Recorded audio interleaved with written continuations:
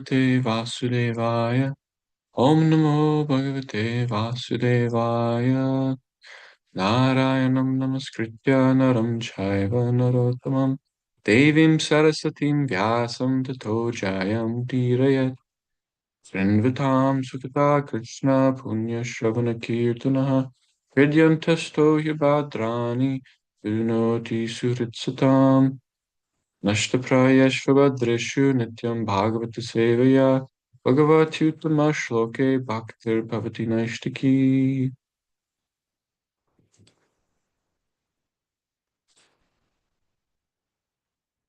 So, reading from Srimad Bhagavatam, Canto 4, Chapter 25, and we are in text 24. Stanau Vyanjitakai Shaurao Samavritao Narantarao Vastrantena Nigu Hantim Ridyayag Jagaminim.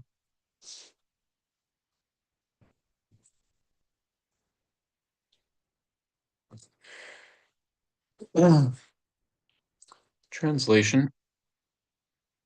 With the end of her sari, the woman was trying to cover her breasts, which were equally round and well placed side by side. She again and again tried to cover them out of shyness, while she walked exactly like a great elephant. Purport. The two breasts represent attachment and envy. The symptoms of raga and dvesha, attachment and envy, are described in Bhagavad Gita 3:34. Indriyasyandriyasyarte ragadvesha vivastitau tayor na vashamagachet tau hyasya paripantina. Attraction and repulsion for sense objects are felt by embodied beings, but one should not fall under the control of senses and sense objects because they are stumbling blocks in the path of self-realization. These representatives of attachment and envy are very much unfavorable for advancement in spiritual life. One should not be attracted by the breasts of young women. The great saint Shankaracharya has described the breasts of women, especially young women, as nothing but a combination of muscles and blood, so one should not be attracted by the illusory energy of raised breasts with nipples. They are agents of Maya meant to victimize the opposite sex. Because the breasts are equally attractive, they are described as samavritau. The sex impulse remains in an old man's heart also, even up to the point of death. To be rid of such agitation, one must be very much advanced in spiritual consciousness, like Yamunacharya, who said, Yadavari mamacheta krishnapada ravinde navanavarasadhaman yudjitam ratumasit tadavari badanari sangame smaryamane bhavati mukhavikara sushtunishtivanam cha. Since I have been engaged in the transcendental loving service of Krishna, realizing ever new pleasure in him, whenever I think of sex pleasure, I spit at the thought, and my lips curl with distaste. When one is spiritually advanced, he can no longer be attracted by the lumps of flesh and blood which are the breasts of young women. The word nirantarao is significant because although the breasts are situated in different locations, the action is the same. We should not make any distinction between attachment and envy. As described in Bhagavad Gita 3:37, they are both products of Rajaguna. Kama Esha Krodha Esha Rajoguna Samudbhava. The word Nagu Hantim, trying to cover, indicates that even if one is tainted by Kama, Lobha, Krodha, etc., they can be transfigured by Krishna consciousness. In other words, one can utilize Kama lust for serving Krishna. Being impelled by lust, an ordinary worker will work hard day and night. Similarly, a devotee can work hard day and night to satisfy Krishna. Just as karmis are working hard to satisfy Kama Krodha, devotees should work in the same way to satisfy Krishna. Similarly, Krodha, anger, can also be used in the service of Krishna and it is applied to the non-devotee demons. Hanumanji applied his anger in this way. He was a great devotee of Lord Ramachandra and he utilized his anger to set fire to the kingdom of Ravana, a non-devotee demon. Thus, Kama, lust, can be utilized to satisfy Krishna, and Krodha, anger, can be utilized to punish the demons. When both are used for Krishna's service, they lose their material significance and become spiritually important. So text 25. Pamaha lalitam vira savrida smita shobhanam snigdena pangapunkena sprishta premod brahmad bhruva. Translation. Puranjana, the hero, became attracted by the eyebrows and smiling face of the very beautiful girl, and was immediately pierced by the arrows of her lusty desires.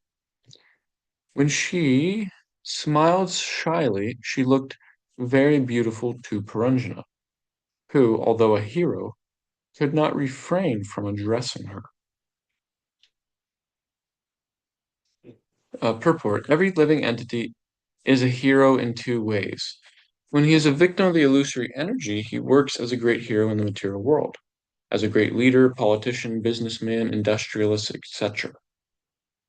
And his heroic activities contribute to the material advancement of civilization. One can also become a hero by being master of the senses, a Goswami. Material activities are false heroic activities, whereas restraining the senses from material engagement is great heroism. However great a hero one may be in the material world, he can immediately be conquered by the lumps of flesh and blood known as the breasts of women. In the history of material activities, there are many examples, like the Roman hero Antony, who became captivated by the beauty of Cleopatra. Similarly, a great hero in India named Baji Rao became a victim of a woman during the time of Maharashtrian politics, and he was defeated. From history, we understand that formerly politicians used to employ beautiful girls who were trained as Vishakanya. These girls had poison injected into their bodies from the beginning of their lives, so that in due course of time, they would become so immune to the poison and so poisonous themselves that simply by kissing a person, they could kill him. These poisonous girls were engaged to see an enemy and kill him with a kiss. Thus, there are many instances in human history of heroes who have been curbed simply by women. Being part and parcel of Krishna, the living entity, is certainly a great hero, but due to his own weakness, he becomes attracted to the material features. Krishna Bahirmukha Anna Voga Vansha Kare Nikita Sta Maya Tare Japitiya Dhare. It is said in the Prema Vivarta that when a living entity wants to enjoy material nature, he is immediately victimized by the material energy. A living entity is not forced to come into the material world. He makes his own choice, being attracted by beautiful women. Every living entity has the freedom to be attracted by material nature, or to stand as a hero and resist that attraction. It is simply a question of the living entities being attracted or not being attracted. There is no question of his being forced to come in contact with material energy. One who can keep himself steady and resist the attraction of material nature is certainly a hero and deserves to be called a Goswami. Unless one is master of the senses, he cannot become a Goswami. The living entity can take one of two positions in this world. He may become a servant of his senses, or he may become a master of them. By becoming a servant of the senses, one becomes a great material hero, and by becoming a master of the senses, he becomes a Goswami, or spiritual hero. Om Jnanatimirandasya Jnananjana Shalakaya Chakshurun Militam Yena Tasmai Shri Gurave Namaha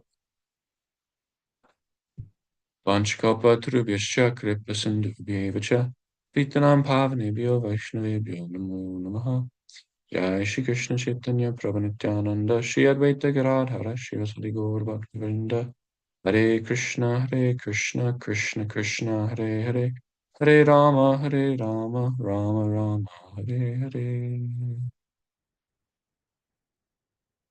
Hare Krishna. So we'll just discuss a little bit about these verses. Obviously, those of us who have been watching, this is part of the Puranjana story that Narada Muni is telling to King Prachinabarhi. We later hear, after several chapters of this story, Narada Muni says, "This was an allegory, I told you," meaning it's metaphorical. It's a metaphorical story. Prabhupada says in the verse 24, he says the representations of attachment and of raga and dvesha, says the representatives are very bewildering. So in the story, they represent something, and this attachment and uh, repulsion, essentially, right? Raga and dvesha. So Prabhupada quotes the verse in the Bhagavad Gita uh, about how the sense objects are always repelled or attracted. The senses are always attracted or repelled to their sense objects. And so this situation lasts up till someone's an old man. And in some sense, it's a great metaphor, actually, because Narada Muni is comparing attachment and envy to the breasts of women, which seem to hold a a great spell over the senses of mankind, and the idea of them never getting old. Of course, people grow old, bodies grow old, but the attraction to enjoy these objects of gratification, that is what never gets old, seemingly. It's because it's not connected to the body, it's in the mind. If you think about it, our mind is the subtle body. It's part of the subtle body, and I don't know how old it is. Time immemorial, right? So it's operating not based on this physical body so much. It has impressions in there that you could say are ancient, and so it never gets old. That's the point here, that the breasts were youthful, and they were also um, fully rounded, perfect in size, each one, which meant that both the attachment and the repulsion are equally bewildering to the living entity, to the jiva, who is basically courting, Puranjani, this woman, is representative of the material intelligence that the jiva falsely identifies with. Um, and this attachment and envy are just such key features that bewilder the jiva. You can think about all the times in our lives where we have our likes and our dislikes. We have our attachments and our repulsions, and they're constantly controlling us. Everything I do in life is is dominated by my likes and my dislikes. What I choose to do during the day. It's like I don't want to, I'm scared, I'm repulsed by the thought of ill health.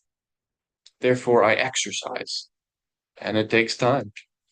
So I eat healthy, I go to the store, I cook this, that. It's a lot of what we do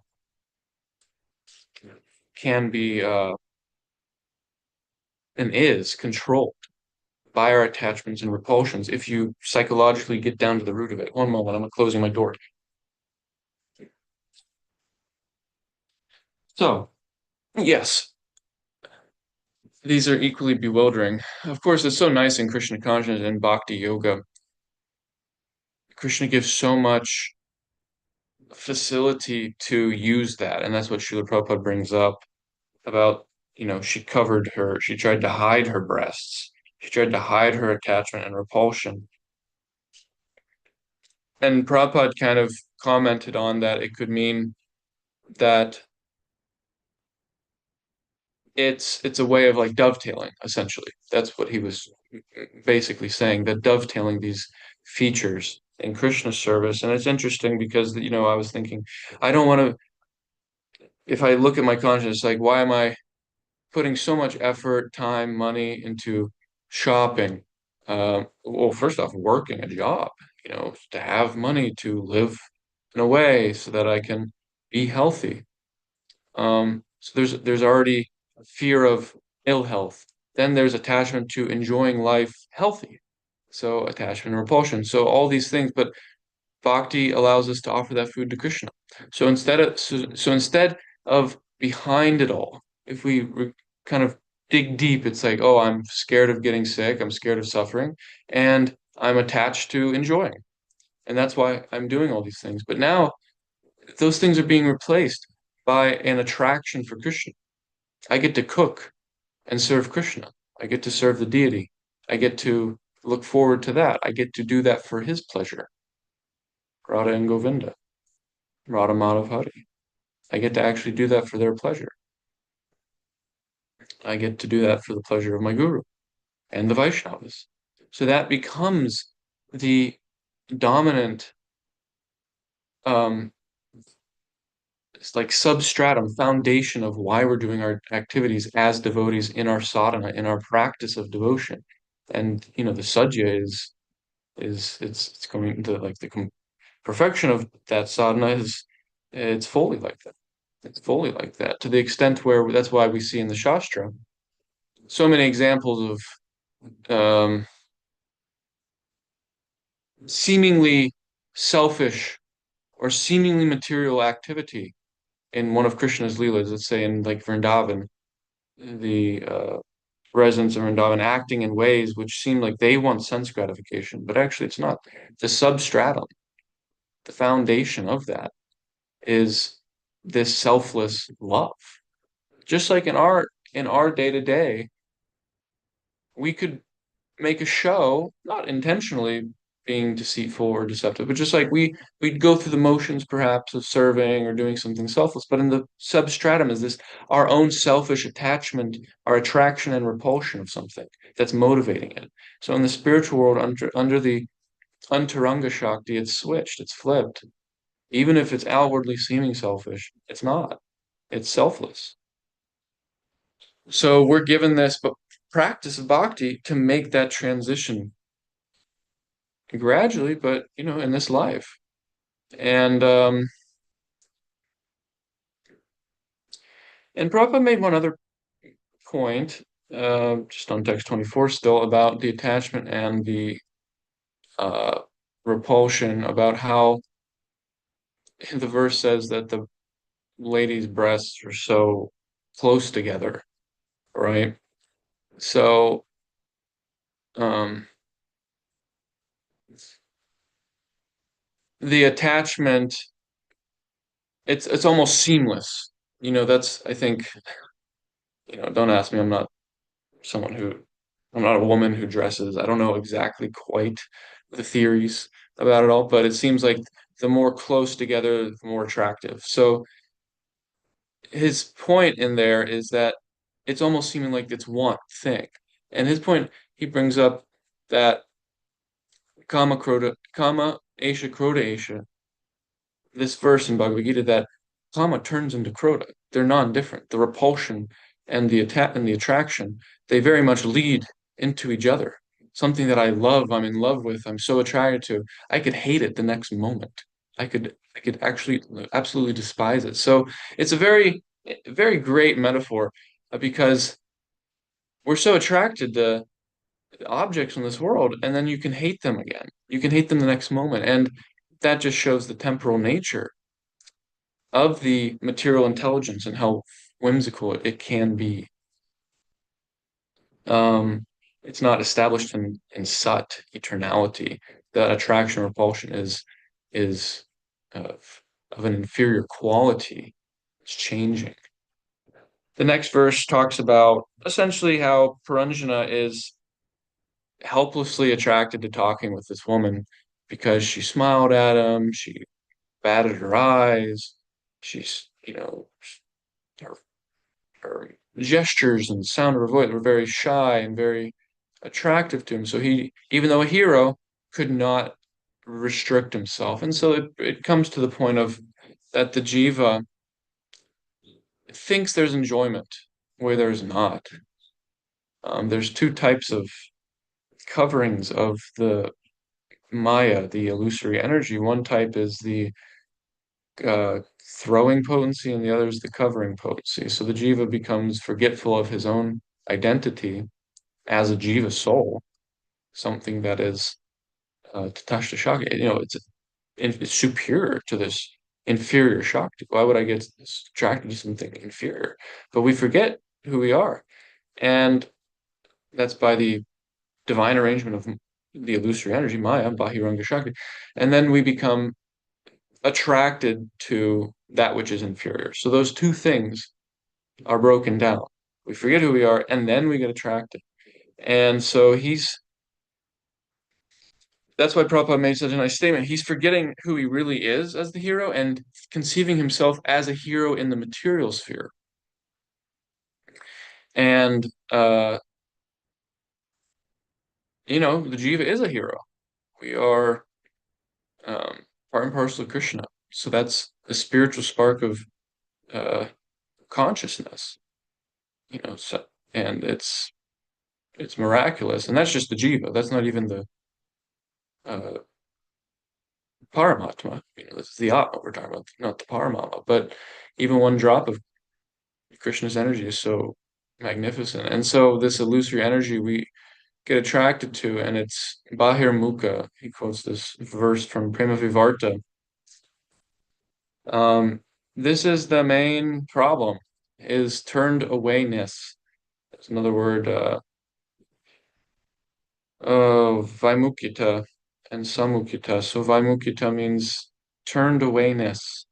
The main problem, reason why everyone's unhappy and suffering is Vaimukita. We are in a state of turned awayness from God, Bahirmukha.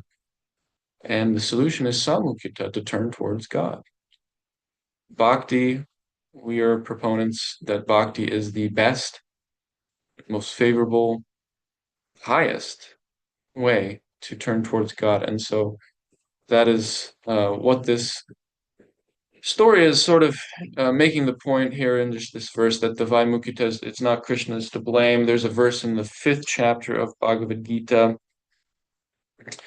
where Krishna also makes this point. He says that the Lord is not countable.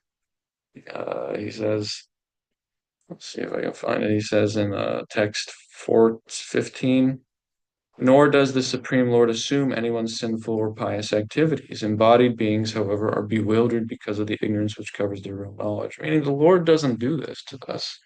Not that the Lord throws you here. We always have an opportunity. That's the bright side of this verse, is that yes, we are somehow attracted by Krishna's divine potency to an inferior attraction, repulsion, and material intelligence and material identity, which it's not compatible. It's bahirmukha, so there's false sense of enjoyment. The good thing is that we always have that choice. There's always the free will. Nobody is having. We sometimes say Maya is like a prison house for rebellious jivas, etc. But actually, we always have that choice. It's always our choice to be attracted or not. We have to learn how to not be attracted, because spending, infinite lives in the material world, you're kind of conditioned. You have those impressions. So then we have to learn and practice. But through, mercy, um, Krishna seeing our desire to get out, to not even get out of the material world, but to actually have Krishna consciousness, then it's given like that. So I thought that verse was kind of hopeful, actually, that even though we're attracted, it's a beautiful um, opportunity, that we're always one step away from God's grace. I know we think badly about other individuals like Hitler, or you know, uh, what do you call these people? Serial killers. It's like horrible atrocities in the world committed by people, and they should be dealt with properly in society for sure. But if we look at like a metaphysical level, everyone's a jiva, and everyone is one step away from Krishna's grace. It's just a matter of turning towards God, and we affect that best through bhakti. That's what we are taught. That's what we're all practicing, that's what we're all doing, chanting, hearing, worshiping, serving, praying, and surrendering ourselves to Krishna and his devotees. So that's all I have to say. Thanks for coming.